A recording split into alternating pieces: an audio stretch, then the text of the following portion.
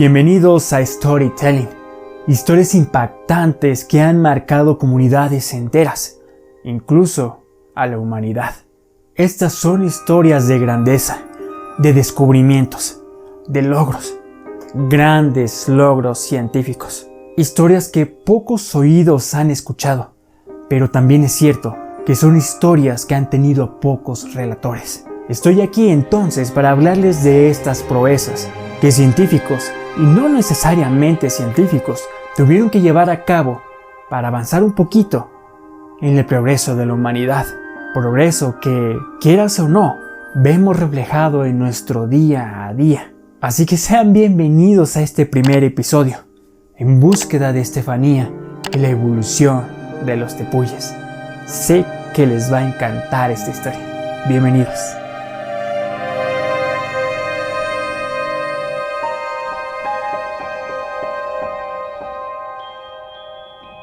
Un tepuy es una formación rocosa bastante peculiar. Son algo así como islas, grandes islas que emergen de entre los bosques nubosos. Son gigantes abruptos de cientos de metros, con paredes intimidantemente verticales. En sus cimas se ocultan grandes secretos de la evolución, pues ahí crecen animales y plantas totalmente aislados del mundo. Cerca de una cuarta parte de las especies vegetales de los tepuyes son endémicas, es decir, permanecen casi en su mayoría intocados por el ser humano. Los tepuyes de esta historia se encuentran en Guyana, cerca de las fronteras con Brasil y Venezuela. Guyana también es un país sumamente particular, pues es la única nación de habla inglesa en América del Sur, es decir, es la única colonia británica que perduró en el continente. Allí, el biólogo de la conservación Bruce Means quería comprender cómo evolucionó la vida. Pero, ¿cómo lograr esto? Con ranas, decidió él. Hace unos años, Bruce, en una expedición que realizó a un tepuy llamado Wey Asipu, fotografió y capturó una ranita, una clásica rana, con patas para escalar árboles, muy pequeña, color marrón y vientre con motitas blancas. El biólogo estaba convencido de que se trataba de una nueva especie de un grupo de ranas llamadas Estefanía, pero solo capturó a una sola, por lo que le era imposible poder analizarla a fondo, ya que él, junto con otro científico, ya habían elaborado el árbol evolutivo de ese género. Pero faltaba ese eslabón perdido. Si Bruce pudiera analizar más ranitas como la que capturó en la cima del Wey Asipu, estaría cada vez más cerca de comprender la misteriosa vida en los tepuyes. Así que Bruce le propuso a Mark Sinnott, su anterior acompañante de expediciones al mismo bosque, una última expedición a los tepuyes de Guyana. Mark aceptó inmediatamente, pero sabía que tenían que enfrentar nuevos retos. ¿Como cuáles? La selva misma. Primero, tenían que abordar una avioneta y aterrizar en una improvisada pista de aterrizaje. Después, atravesar los ríos Cucuy y Átaro en piragua. Piragua es una pequeña embarcación parecida a una canoa. Una vez que tocaran tierra de nuevo, tendrían que caminar por 64 kilómetros de selva prácticamente inexplorada hasta llegar apenas a la base del Wey Asipu. Y una vez ahí, tendrían que arreglárselas para encontrar nuevas especies en un entorno en el que ningún científico ha puesto mano. Las caras de los acantilados, estructuras colosales con rocas salientes, piedras sueltas, fauna que ahí habita y que podría ser peligrosa. En estos tepuyes, además, fluyen cascadas que, a lo lejos, asemejan bellos velos de suave seda que acarician las intrincadas paredes de los tepuyes. Pero una vez cerca de ellas, pueden ser muy peligrosas para la escalada. Además, estas alimentan a los ríos Amazonas, Orinoco y Esequibo. Por si esto fuera poco, Bruce Means es una persona de la tercera edad que estaba por cumplir sus 80 años de edad. Así que tomando todo esto en cuenta, Mark Sinnott decidió pedir ayuda, pues no podría llevar él solo a Bruce, por muy experimentado que él fuera. Así que decidió sumar a las filas a Alex Honnold, un joven escalador de 35 años, que además es una superestrella de la escalada. ¿Por qué se ganó este título? Debido a que escaló el monolito El Capitán en el Parque Nacional de Yosemite. La gran hazaña: este monolito mide más de 900 metros de altura. La segunda gran hazaña: lo hizo sin cuerda alguna. Todo esto fue capturado y publicado en el documental Free Solo. También reclutó a Federico Fuco Pisani, un ítalo-venezolano y biólogo, y uno de los escaladores de tepuyes más experimentados del mundo, pues ya había dirigido más de 20 expediciones a los tepuyes en los últimos 27 años, aunque nunca con un fin totalmente científico. Una vez formado el equipo, reunieron sus reservas y se pusieron en marcha. El viaje en avioneta y en lancha ocurrieron sin contratiempo alguno. Sin embargo, cuando la caminata comenzó, también lo hicieron los obstáculos. Caminaron días enteros por la selva pantanosa, siempre húmeda. El lodo casi todo el tiempo cubría sus botas, incluso amenazaba con arrancárselas. A pesar de que caminaban durante el día dentro del bosque, casi siempre era de noche. La luz apenas asomaba de entre la copa de los espesos árboles. La lluvia era insistente, por lo que todo el tiempo estaban con sus ropas mojadas, llenas de sudor, lluvia y lodo. Por debajo de estas, por donde las espinas habían rasgado la tela, los piquetes de mosco abundaban y las moscas no dejaban de impactar contra ellos. A pesar de que todos eran sumamente experimentados, reconocían que aquellas condiciones eran muy desafiantes. No se diga para Bruce, quien a menudo tropezaba, caía y resbalaba. Al principio, esto era de gracia para todos aquellos que iban en la expedición, pero conforme avanzaban los días, los kilómetros, esto dejó de ser gracioso. La salud de Bruce comenzaba a preocupar al equipo. Pasada aproximadamente una semana exhaustiva, por fin llegaron a una improvisada base, justo en la caída de una impresionante y gigante doble cascada de 60 metros que Bruce bautizó como Double Drop, que, contrario a su anterior descripción, la cascada transmitía más bien mucha calma y era sinónimo de un respiro para el equipo. Todos se relajaron, comían sus reservas. Bajo una lona instalaron una rústica mesa compuesta de trozos de madera del lugar. Sobre esta, Bruce colocó un mapa donde podían revisar qué distancia quedaba la base del Güeyázipu. Parte del equipo estaba conformado por 70 caguayos, que eran miembros de una pequeña tribu que habitaba en la zona y que también hacían el papel de guías, y sus líderes Edward Jamison y Troy Henry. Edward era una persona bajita, fornido y carismático, quien ya había realizado expediciones con Bruce anteriormente. Él le contó a Alex Honnold que desde aproximadamente el 2006 había trabajado como explorador minero debido a que Guyana comenzó a explotar de manera informal el oro del sitio con minas improvisadas.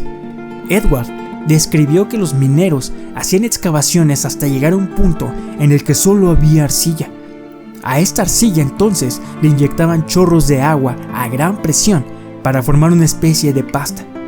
Esta la bombeaban a la superficie, se lavaba y mezclaba con mercurio. Justo este punto del proceso preocupaba mucho a Bruce, debido a que, en palabras de Bruce, una cucharada de mercurio puede contaminar todo un sistema fluvial. Otro miembro caguayo les mostró un mapa que señalaba todos los puntos en los que se había realizado una mina. Todos estaban muy cerca del río Paigua, un río bastante importante para la zona. Sin embargo, por el momento, las difíciles condiciones del bosque y la resistencia de los acahuayos de construir una pista de aterrizaje formal en sus aldeas ha sido impedimento para que los mineros avancen. Aún así, el panorama es desalentador, pues en las últimas lluvias, cuando las tierras bajas se inundaron, llegaron buscadores desde Camarang, de las aldeas más grandes de la zona, para buscar minas. Mark Sinnott, Alex Honnold y Foucault Pisani discutieron acerca de formar dos equipos. Uno estaría conformado por ellos tres. Estos avanzarían directo a la base del Weyasipu a unos 8 kilómetros, mientras Bruce se quedaría en la cascada junto con otro grupo de acahuayos para buscar ejemplares cerca de la zona. Esto por el estado en el que se encontraba Bruce, pues para él, así como para todos los expedicionistas, el viaje había sido más que retador. Al día siguiente, muy temprano por la mañana, los tres escaladores, junto con dos acahuayos, partieron llenos de provisiones, cuerdas infinitamente largas y portaleches para acampar en la verticalidad del tepuy. Caminaron hasta una cresta, sobre una loma en donde podían ver claramente el camino que les deparaba hasta el Weyasipu. El paisaje era impresionante, abrumador, pero hermoso. Sobre la copa de los árboles volaban majestuosas y coloridas guacamayas de todos los colores, mientras hacían cantos que anunciaban su presencia. Pequeños colibríes serpenteaban como rayos entre las bromelias multicolor que trepaban los árboles. De ahí volaban mientras silbaban finamente a las delicadas orquídeas con caprichosas y bellas formas de flor. Las nubes en ocasiones eran bondadosas y dejaban ver, aunque en cortitos lapsos de tiempo, el sol que se escurría entre ellas e iluminaban el profundo y natural verde de aquel imponente bosque. En esa misma mañana se escuchaban unas voces a lo lejos. Bruce apenas podía escucharlas, pero eso sí, interrumpían su profundo sueño. Cuando reaccionó, saltó de la hamaca, apenas usando unos calzoncillos llenos de fango. Las voces que escuchaba eran de un grupo de acahuayos que lo estaban buscando. Todos tenían en sus manos unas bolsas enormes de tipo Ziploc llenas de agua de aproximadamente 4 litros, con muchos especímenes dentro. Resulta que Bruce, para el inicio del viaje, había anunciado que para la colecta de individuos pagaría por ellos, alrededor de unos 10 pesos por cada uno. Si era una ranita Estefanía, la remuneración podría ser mayor, lo que desató una búsqueda implacable por bichitos. Bruce se puso manos a la obra, abrió su libreta de campo y comenzó a hacer anotaciones y a recibir a los especímenes colectados. El primer sujeto tenía una bolsita con 4 ranitas. El siguiente tenía con él 5 lagartos y 6 ranas. El que le seguía le entregó un escorpión negro, una Titurus obscurus. Después, uno de sus mejores amigos le dio una araña bastante peculiar, que relajadamente Bruce dejó que caminara sobre su cabeza, una Theraphosa blondie. Corría ya el segundo día de lucha por llegar a la base del Weyasipu. Los escaladores podían ver cada vez más de cerca entre los inmensos árboles aquel impresionante muro de esa formación natural. Pero el camino todavía les tenía guardadas unas sorpresas. Continuando su caminata, comenzaron a encontrarse con un camino casi imposible, pues el suelo estaba atestado de grandes rocas, todas en desorden, unas grandes y afiladas y otras redondas puestas de lado, como si el tepuy, a propósito, quisiera que no se acercaran más, pues para rematar, todas esas rocas estaban cubiertas de un musgo grueso, verde chillante, que dificultaba aún más su paso a través de ellas. Automáticamente los pies de los escaladores resbalaban a la base de las rocas, convirtiéndose en trampas que podrían ser muy peligrosas. Pocos metros más adelante, Alex Honnold, quien iba hasta atrás en la formación, cayó de bruces al romper un tronco de madera podrida en la que se había apoyado para avanzar. Inmediatamente Mark y Foucault voltearon alarmados. Acto seguido, Alex saca el pie y pudieron notar como un hilo de sangre brotaba de su tobillo y se mezclaba con el fango y el musgo que tenía pegados a su piel. Los tres se voltearon a ver preocupados y casi como una conexión telepática, pensaron lo mismo. ¿Cómo diablos vamos a mover a Bruce por este sitio? Finalmente todo el esfuerzo realizado había valido la pena. Por fin llegaron a la base del Güey Ácipo y lo hicieron justo a tiempo, justo antes de la puesta del sol. Las nubes se habían ido y el imponente muro se alzaba en un majestuoso resplandor dorado y bañado por la luz del sol. Desde ese punto podían observar al Roraima. Se trataba del tepuy al que Mark y Bruce ya habían ido con anterioridad y estaba justo como lo recordaba, lleno de cascadas que brotaban de esa gran piel de piedra dorada como telas de seda fina, tan grandes como el Empire State. Decidieron entonces pasar la noche ahí. Al siguiente día por la mañana alistaron todo, pues comenzarían a trepar al coloso tepuy. A medida que los expertos Mark, Alex y Fuko escalaban muy lentamente por el límite vertical del tepuy, iban dejando en el camino una serie de cuerdas clavadas a la pared. Así lo harían hasta que eventualmente pudieran llegar a la cima. Esto para que cuando Bruce estuviera ahí, lo pudieran subir fácilmente con un portaleches y desde ahí pudiera cómodamente colectar los especímenes. En este primer día de escalada, alcanzaron los 50 metros de altura, a una zona donde sobresalía considerablemente una gran roca de sus cabezas, que formaba una especie de techo. Ahí descansaron por un momento, pero Alex no podía con las ansias de seguir hacia arriba y explorar. Volteó a ver a sus compañeros y preguntó: ¿qué les parece, chicos?, señalando a la gran saliente. ¿Lo hago? La punta de la saliente lucía bastante cómoda para sujetarse de ella. Sin embargo, no sabían a ciencia cierta si podría soportar el peso entero de Alex. Fuko le contestó que era arriesgado, que ya iba a anochecer y que era mejor dejarlo para la mañana siguiente.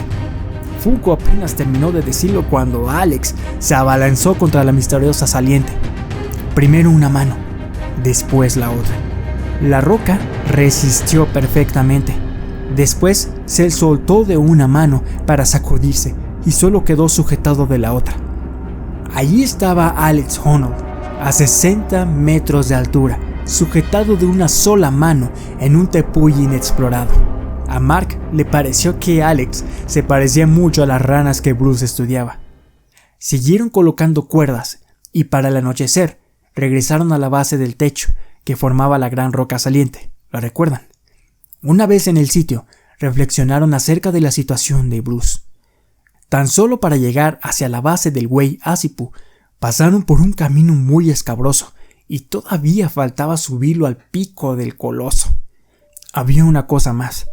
Bruce no les había contado, sino hasta iniciada la expedición, que tomaba anticoagulantes. Un escenario en donde él se lastimara o abriera una herida podría ser demasiado peligroso. La noche ya había caído. Sin embargo, el silencio es una palabra que este tipo de bosques no conoce. Los sonidos de los insectos llegaban aún a las alturas. Las cascadas se podían escuchar perfectamente a lo lejos. El viento soplaba con calma. La copa de los antiquísimos árboles producía un sonido casi como una canción de cuna. Las nubes flotaban, deambulaban como fantasmas a su alrededor. Era una vista que poca justicia puede hacer mi presente descripción. Justo en el momento en el que el equipo de escaladores se planteaba la integridad de Bruce, de repente, entre la selva, una pequeña luz parpadeaba. Apenas se podía apreciar entre la selva. Se dieron cuenta que provenía de la base Double Drop, en la cascada. Mark rápidamente encendió la radio. Del otro lado se podía escuchar la melancólica voz de Bruce. El médico de la expedición habló conmigo y me convenció de suspender el plan de llevarme hasta el Güey Ácipo. No puedo decirles cuánto me entristece esto. Fuko conoce bien la fauna herpética. Le enviaré el dibujo que hice de Estefanía, la cual estoy seguro que es nueva para la ciencia allá arriba. Ok, Bruce, Haré todo lo posible por encontrar a la dichosa Estefanía, respondió finalmente Fuko.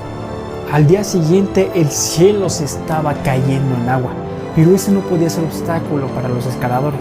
De cualquier forma, cuando ellos se ponían a escalar, las mismas rocas servían para protegerlos parcialmente de la lluvia. Alex comandaba el avance hacia la punta. Mientras tanto, Mark y Fuko trataban de recolectar bichos entre las grietas de las rocas. El día voló en avanzar y colectar, aunque esta última tarea no fue del todo exitosa, pues solo pudieron atrapar un 100 pies y un bicho que se asemejaba a un grillo pero gigante. El sol ya se había puesto y no podían continuar. Esta vez ya se encontraban a 200 metros de altura, así que desplegaron sus portaleches y pasaron ahí el resto de la noche. La mañana siguiente, de manera contrastante, era soleada. El cielo estaba limpio, de un tono azul vibrante. Al voltear hacia abajo solo se apreciaban las nubes. De vez en cuando, entre ellas, se asomaba la copa de algún árbol. Era como si el cielo se hubiera invertido y ahora estuviera abajo.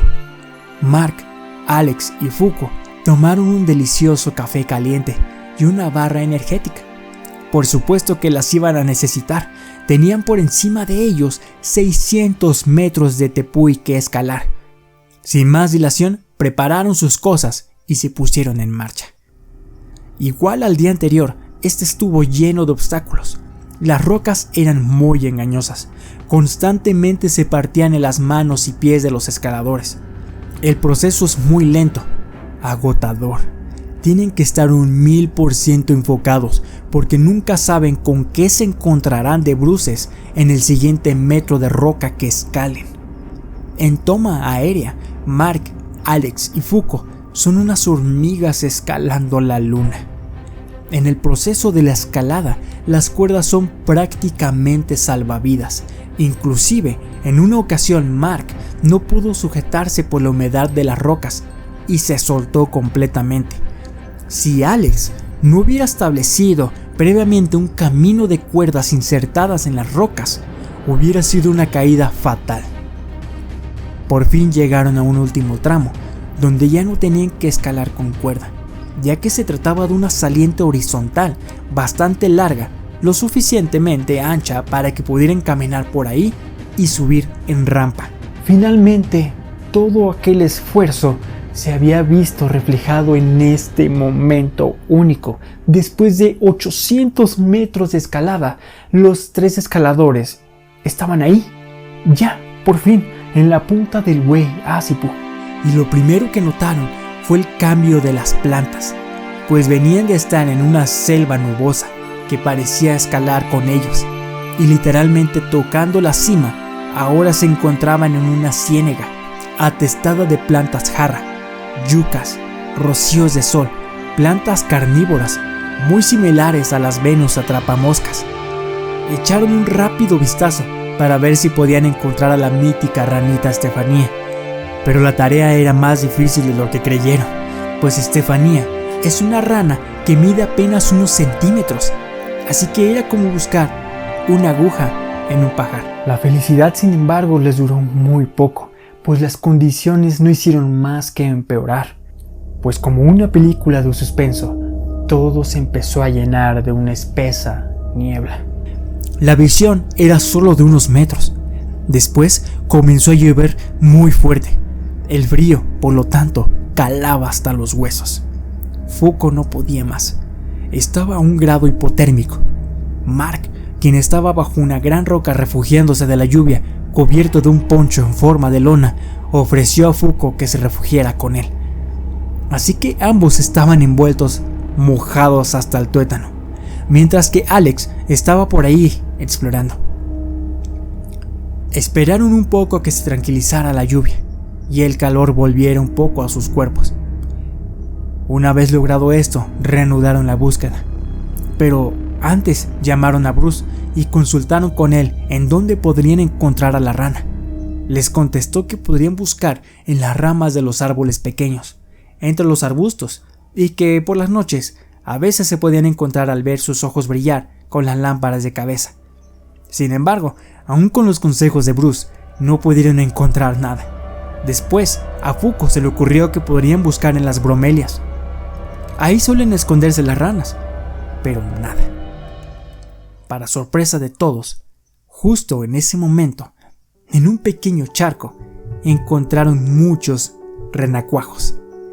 Inmediatamente llamaron de nuevo a Bruce para darle la noticia.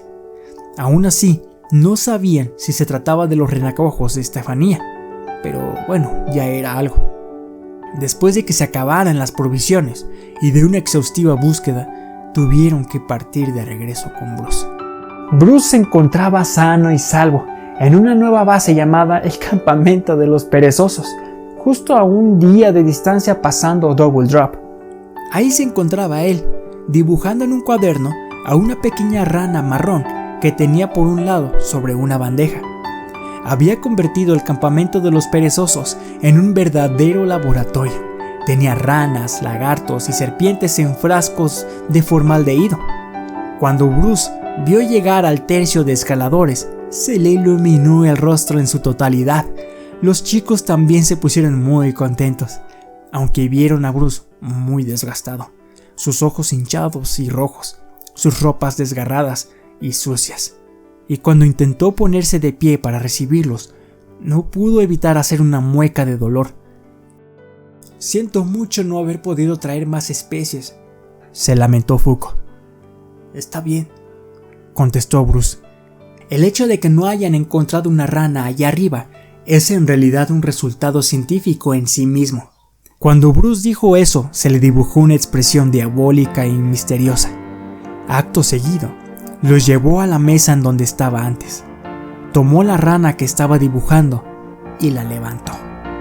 Estaba etiquetada con algunos datos. Dijo rápidamente Mark. «No lo sabré con certeza hasta que pueda hacer un análisis de ADN», interrumpió Bruce. «Pero estoy 95% seguro de que se trata de una nueva especie de Estefanía. Esta es diferente a la que vimos anteriormente en el Roraima, y en definitiva es casi un eslabón perdido en el árbol evolutivo de Estefanía, al que le he dedicado tantos años». Vuelve a dejar a la pequeña rana en la charola y saca otros especímenes que había colectado. «Es curioso cómo ha funcionado. Que yo no subiera al muro resultó una bendición, porque me dio tiempo para explorar a fondo este bosque nuboso que ningún científico había investigado antes». Esa noche, durante la cena de unos fideos aguados, el grupo habló acerca de la integridad física de Bruce, pues hacer el camino de regreso era prácticamente imposible para él. Así que la única opción viable era pedir un helicóptero de rescate de emergencia, y así lo hicieron. Al día siguiente, un helicóptero descendió en la base de la cascada Double Drop.